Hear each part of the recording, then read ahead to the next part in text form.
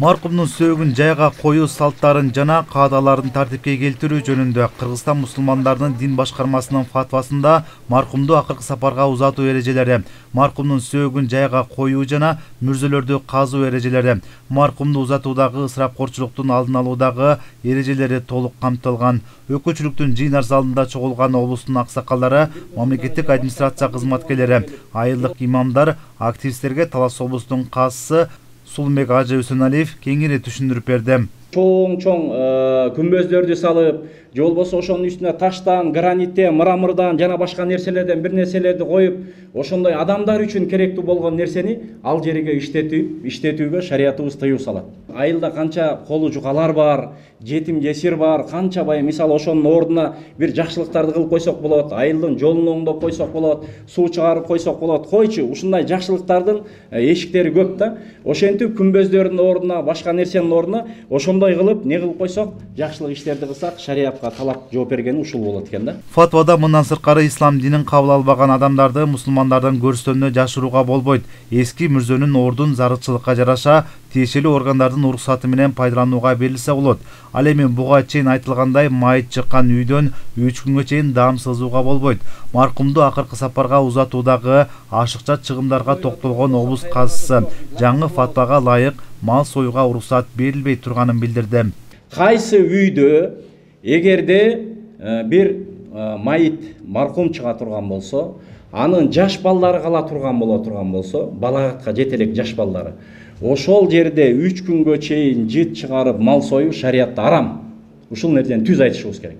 Анан эгерде жок, балдары чоңоюп калган болсо, бизде айтат, булар 80-90го чыгып калыптыр, бул кишиники той экен да деген бир сөздөрдү айтып калат. Каякта той болот? Атасынан ажырап аткан болсо, апасынан ажырап аткан болсо, ошол жерде той бул. Бул деген сөздүн нарактагы мааниси, бунун балдары чоңоюп калды деген сөз. Жанагындай жетим эмес. Ушунукун жесең дагы ушул нерсе да шариятта макруу дейт. Маркумду узатууда ашыкча ысырапкорчулук колунда барларга билинбейт, бирок аз камсыз жакыр жашагандар куру намыстын айынан карызга батып жатканы айтылды. Жыйынга катышкан аксакалдардын бири майыт чыккан үйдүн туугандары байыртан келе жаткан конок алуу жөрөлгөсүн кайра киргизүү зарыл экендигин айтат. Бир Талас элинде илгертен келе аткан өзүбүздүн салт бар эле. Ошол салттардан мен өзүм жактырам да, анткени ошону азыр деле колдонсок болмок. Конок алуу деген болгондо үй ээси эч кандай тийишпейт, өзүнүн тууган уруктары, жегжаттары келгенде жана туугандары, основной өзүнүн туугандары келген, алыстан келген жегжаттарды бөлүп барып, өзүнүн жанынан мал соет, өзүнүн жанынан бир кой олобу, эт алабы, өздөрү жакшынакай кылып күтүп, эч кандай ошо майыт чыккан жерге оорчулук келтирбейт. Ошону кабыл алып, ошону туура түшүнүп ишке ачкырса, бул абдан сонун боло турган нерсе да.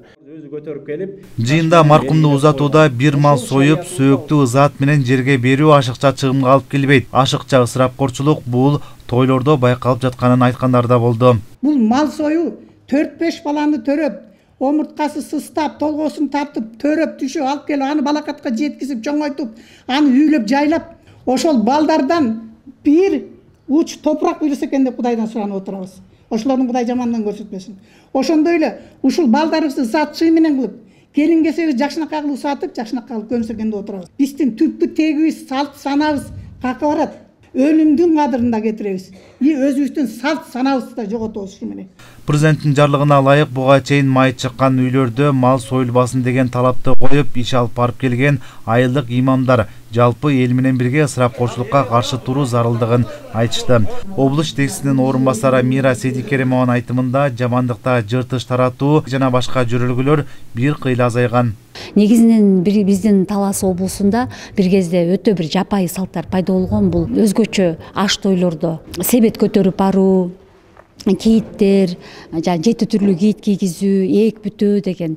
Анан биздин диний ишмерлердин талкпай жүргүзгөн иш аракеттери менен ушул жапайы када салттарды биз ооздуктадык.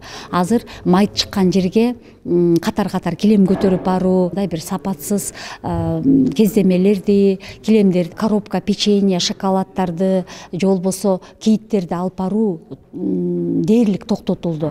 Жыйында мындан сырткары Кыргызстандын аймагында диний экстремисттик уюмдардын ишмердүүлүгү тууралуу облустук ички иштер башкармалыгынын башчысынын орун басары маалымат берди. Учурда 20га жакын диний уюмдун ишмердүүлүгүнө тыюу салынган. Алардын туура эмес терс багыттагы чакырыктарына каршы туруу баардыгыбыздын бирден-бир милдетибиз экендиги белгиленди. Бул уюмдарда биздин Талас облусу боюнча мисалы келип айта кетсек 50ден ашык киши учетто турат бизде. Алар менен өз иш аракеттерибиз жана алдын алуу боюнча жана бул уюмдарды биздин Талас облусунда эле эмес Кыргыз Республикасында бул уюмдарга тыюу салып жана жок кылуу аракеттери бүгүнкү күндө каралууда. Дин тутуу эркиндиги жана диний бирикмелер жөнүндөгү мыйзамына кирген өзгөртүүлөр боюнча Дин иштери боюнча мамлекеттик комиссиясынын Талас областындагы өкүлү Темирлан Нурадилов токтолду. Өзгөчөлүктөрү үймө-үй кыдырып динди жайылтууга, китепчелер таратууга, динди жайылтууга тыюу салынды. Бул мыйзам күчүнө киргенден баштап 100 мамлекеттик мекемелерде, коомдук жайларда 100 толук жаап жашырууга тыюу салынды. Баягы муфтияттын системасында эч кандай бир имамчылык кылбаган же болбосо медреседе мугалим эмес киши мамлекеттик дин комиссиясынын каттоосуз социалдык тармактар аркылуу мечиттерде динди жайылтууга, элге мындай фатва берип, туура эмес агымдарга азгырууга тыюу салынды. Жыйынын соңунда райондук мамлекеттик администрациясынын кызматкерлери майыт чыккан жерге мал сойдурбоо, ысырапкорчулукка жол бербөө максатында аймактарда биргелешип жүргүзүлүп жаткан иштер тууралуу маалымат беришти. Норузбек Шалымбек уулу, Калмурат Мейманбеков, Талас шаары.